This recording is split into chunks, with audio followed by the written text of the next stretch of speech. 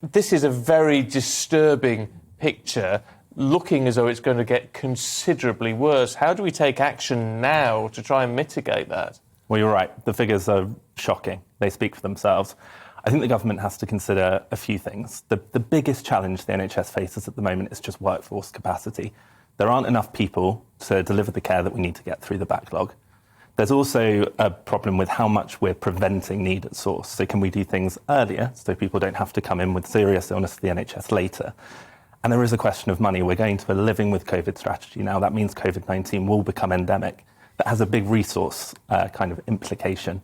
So there's a question of, do we have enough funding to deal with the resource needs that COVID-19 now introduces as a regular item? Is it a bit of a postcode lottery as well? Because some regions seem to be coping and others clearly don't. And also different sorts of illnesses and different sorts of treatments. I think you're right. So what we tend to see is that in some of the more affluent parts of the country, say, where need might be a little bit lower, the NHS might be coping a little bit better. In some parts of the country where maybe deprivation is a little bit higher, we see much higher waiting lists and people struggling to get in.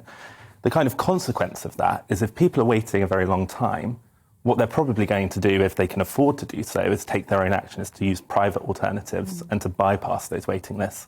And that can create a two-tier system in its own right. So we can see inequalities emerge that way as well.